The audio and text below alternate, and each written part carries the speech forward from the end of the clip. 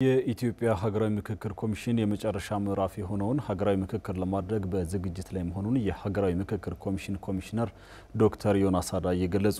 በቀጣይ የአጀንዳ ማሰባሰብ ስራ ባልተከናወነባቸው አካባቢዎች አጀንዳዎችን ለማሰባሰብ በዝግጅት ላይ መሆኑንም ኮሚሽነሩ ገልጸዋል። ካሳው መንጌ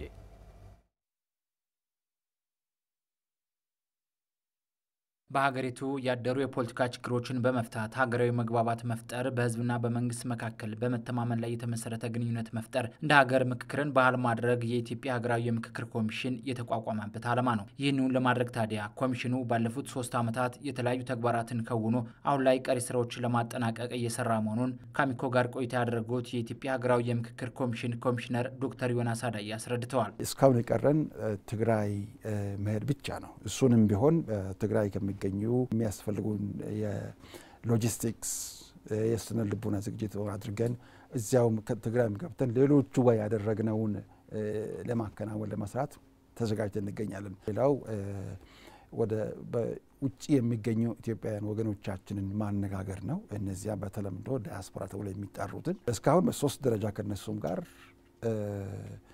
ተገናኝተናል። አንድም እዚህ በኢትዮጵያ ውስጥ ዲያስፖራን ወክለው ያሉ አሉ።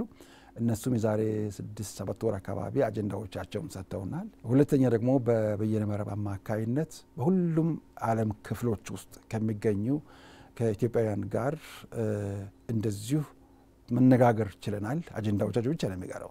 ስለዚህ አሁን በሶስተኛ ደረጃ በሶስተኛ ሂደታችን ላይ በአካል እዛው ባሉበት መጥተን ከነሱ አጀንዳዎቻቸውን መቀበል ብቻ ሳይሆን ምናልባት በሀገራቸው ጉዳይ ላይ መነጋገር መወያየት ስላለባቸው ከነሱም ውስጥ ተወካዮችን ማስመረጥ ያ ብቻ ነው የሚቀረን። በአሁኑ ወቅትም ቀደም ሲል በተለያዩ የሀገሪቱ አካባቢዎች የተሰበሰቡ አጀንዳዎችን የመለየትና የማደራጀት ስራዎችን እያከናወኑ መሆናቸውንም ኮሚሽነሩ ገልጸዋል። ኢትዮጵያን መሰረታዊ ችግር መዋቅራዊ ችግር ሊፈቱ የሚችሉ ጥያቄዎች የትኞቹ ናቸው? ይህንን ልክ በወንፊት እንደማጣራት አለብን። ካጣራን በኋላ ደግሞ በቅደም ተከተል ማስቀመጥ አለብን።